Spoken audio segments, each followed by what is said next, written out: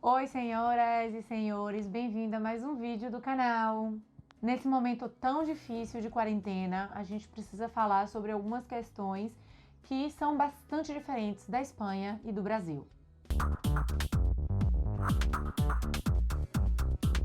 Nesse canal eu tenho uma seção que fala sobre essas curiosidades, sobre diferenças, falei algumas vezes sobre Semana Santa, sobre coisas que a gente acha que só existe no Brasil e também acontece na Europa. E hoje eu quero falar sobre a questão do desemprego, do trabalhador e de todas as consequências que essa crise sanitária vai trazer para a economia de cada país. Como muitos de vocês devem saber, hoje a Espanha é o segundo país mais contaminado, com mais mortes. A situação realmente é complicada. Hoje é quarta-feira, 25 de março.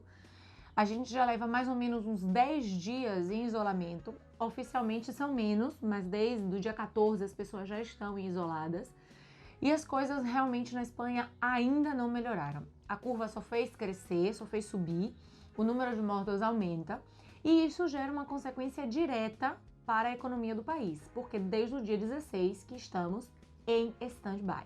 No Brasil, alguns prefeitos e alguns governadores tomaram rédea do assunto e resolveram suspender também as aulas, fechar algum tipo de estabelecimento. O meu prefeito, que eu ouso dizer é um dos melhores que Salvador já teve, que é a ACM Neto. Eu agora não vou discutir direita e esquerda, eu sou declaradamente de esquerda, mas nesse quesito eu tenho que dar ter parabéns para a ACM Neto. Ele mandou fechar as escolas, ele mandou fechar shopping, proibiu a aglomeração de gente, e eu acho isso fantástico, porque todas essas medidas da ACM Neto foram tomadas antes da primeira morte ocorrer. A Espanha tomou essa medida quando realmente já a situação era crítica. Então, hoje por hoje, a situação só está piorando. É verdade que os expertos, cientistas, os especialistas acreditam que essa é a semana mais dura da Espanha e que a partir da semana que vem a gente vai começar a descer, a frear essa curva. Eu não quero falar com vocês sobre a pandemia, eu não quero falar com vocês sobre o que está acontecendo no mundo, nada disso, de como poderia ser gestionada, gerida essa crise. Hoje eu quero falar sobre os empregos, sobre nós, trabalhadores, obreiros, como vamos ficar. Por que eu resolvi fazer esse vídeo? Porque eu vi que um determinado presidente, que eu tenho muito nojo, eu não gosto nem de falar o nome, decidiu que os trabalhadores poderiam ficar com seus contratos suspensos por 4 meses sem que o empresário tivesse que pagar salário. Depois, esse senhor decidiu voltar atrás, sem sequer reconhecer o erro, dizendo que tinha sido um equívoco à hora de escrever. Enfim, a gente sabe que o trabalhador não pode ficar 4 meses sem receber. É impossível que você consiga manter uma família sem salário durante 4 meses. A gente está falando de possibilidades materiais mesmo. Comer, beber, necessidades básicas como o papel higiênico. É impossível sem um salário, sem um dinheiro, sem essa manutenção. Principalmente para as pessoas com renda inferior a um salário mínimo. Eu vou ouvir um bocado de mimimi como tinha que ter economizado, tinha que ter feito aí sua poupança. Gente, realidades opostas, a gente não vai conversar sobre isso. Eu quero conversar com vocês o que vai acontecer aqui na Espanha. Até porque o objetivo do canal é levar aos brasileiros conhecimento sobre a Espanha. Como vai funcionar, já que a Espanha está parada desde o dia 16 de março.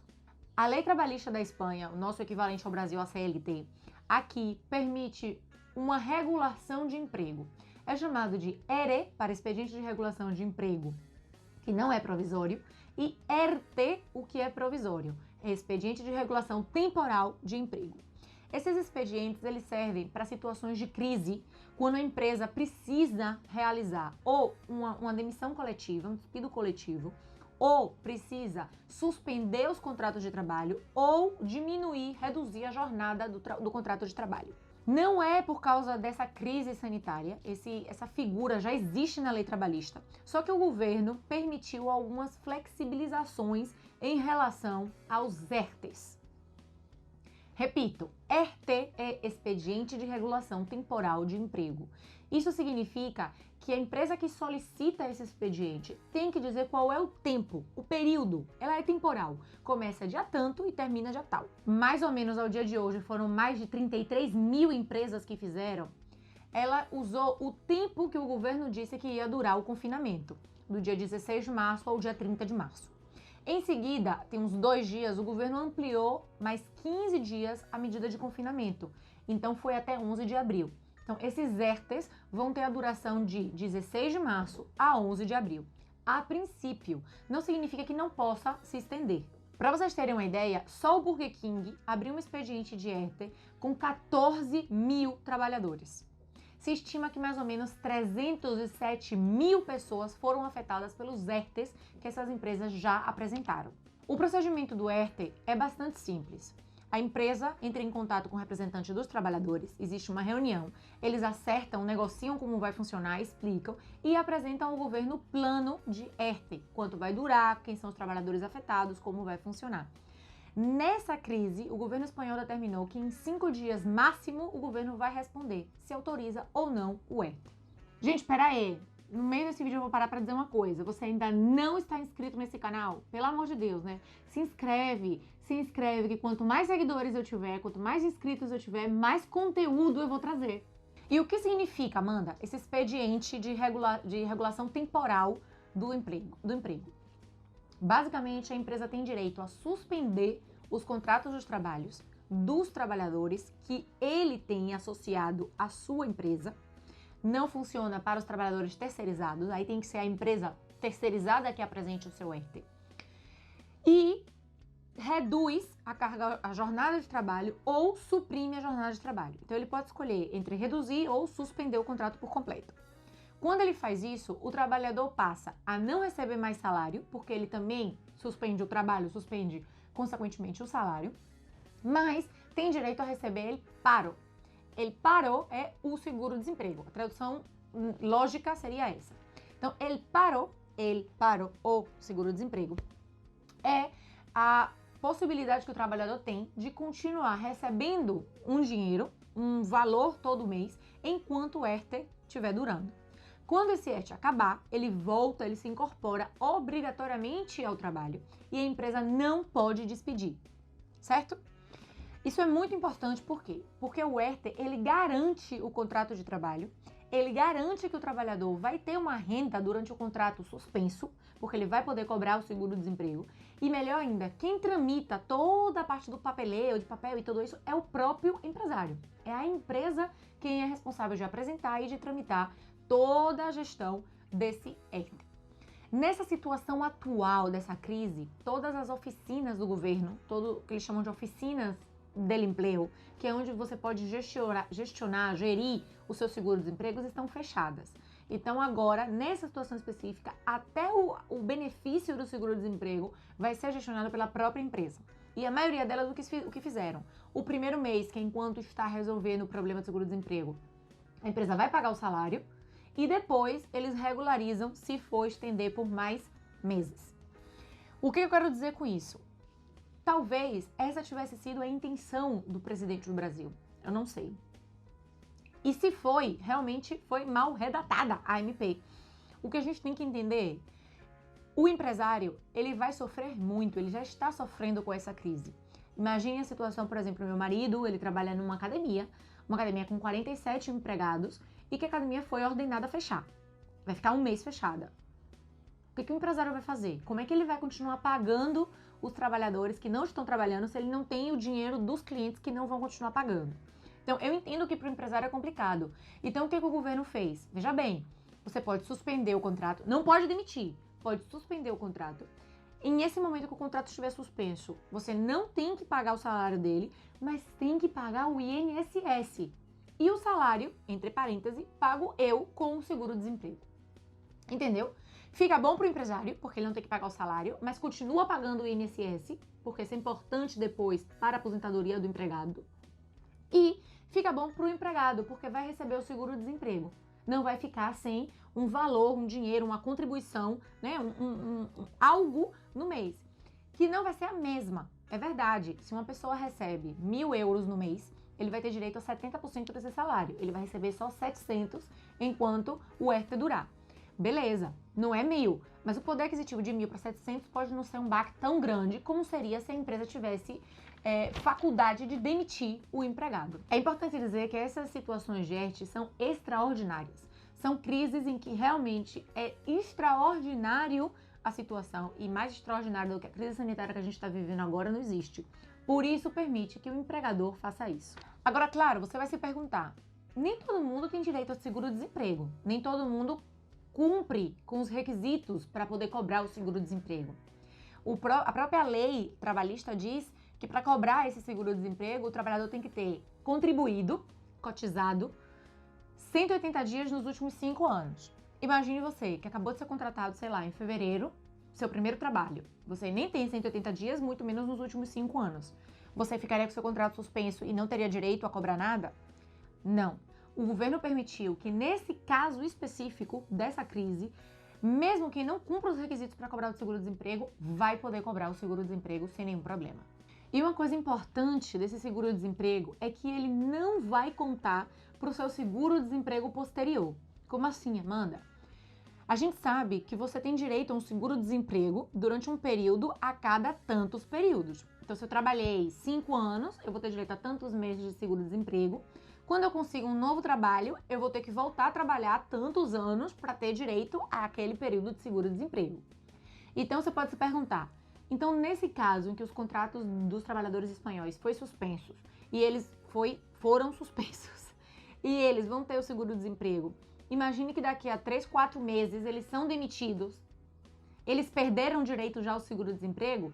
Não, não. O governo decretou de forma expressa que o tempo que durar o ERTE não vai contar para um seguro-desemprego posterior. Porque pode acontecer. Pode acontecer de que uma empresa agora abra um expediente de um mês do ERTE, o trabalhador cobre o seguro-desemprego durante esse mês, as coisas voltem ao normal em abril, ele trabalhe beleza até dezembro, e quando chega em dezembro, por qualquer motivo, ele seja demitido.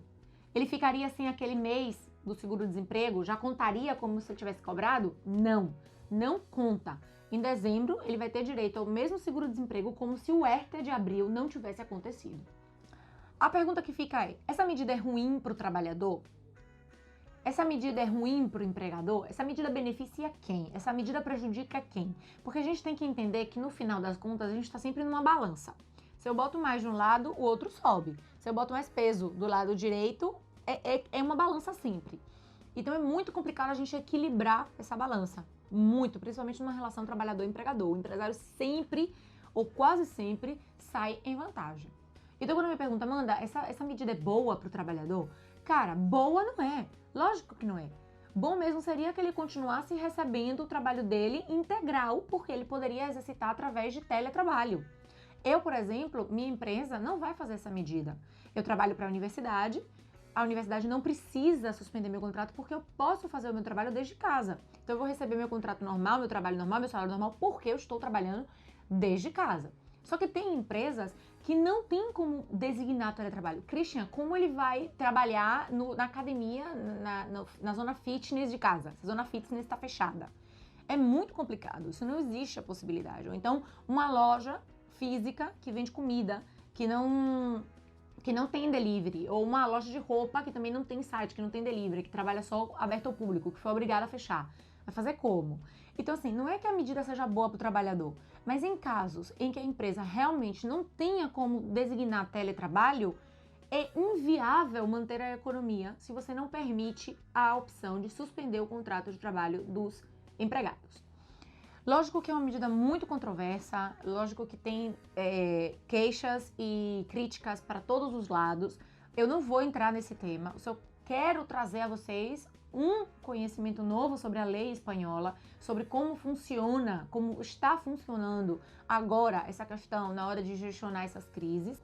O que eu acho mais importante agora é que a gente tem que ser solidário, e a gente tem que ser solidário de todos os lados.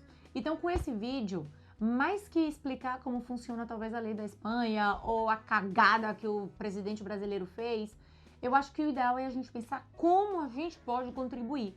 Então, sei lá, se você tem um amigo que é autônomo, se você tem um conhecido, um colega, e você sabe que ele está sendo muito prejudicado porque está tudo fechado, porque ele não pode sair, ou porque ele tem uma situação financeira que depende exclusivamente desse trabalho, que está sem poder servir, ajude. da forma que você puder. Eu, por exemplo, não posso contratar os serviços dos meus amigos no Brasil, mas eu posso divulgar no Instagram. Então foi isso que eu fiz. Eu comecei a compartilhar de algumas pessoas que eu lembrava no Instagram. Se você pode ajudar desde o Brasil, ajude. Se você pode falar no boca a boca, compartilhar no WhatsApp, no Instagram, faça, no Facebook.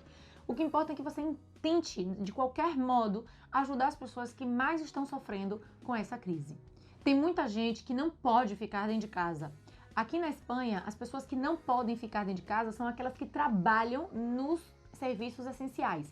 Quem trabalha em mercado, quem trabalha em farmácia, quem trabalha no hospital. Essas pessoas, elas não podem ficar em casa, elas têm que sair. Então a gente tem que fazer que a vida delas sejam mais fáceis. A gente não vai sair porque o governo diz que a gente tem que ficar dentro de casa.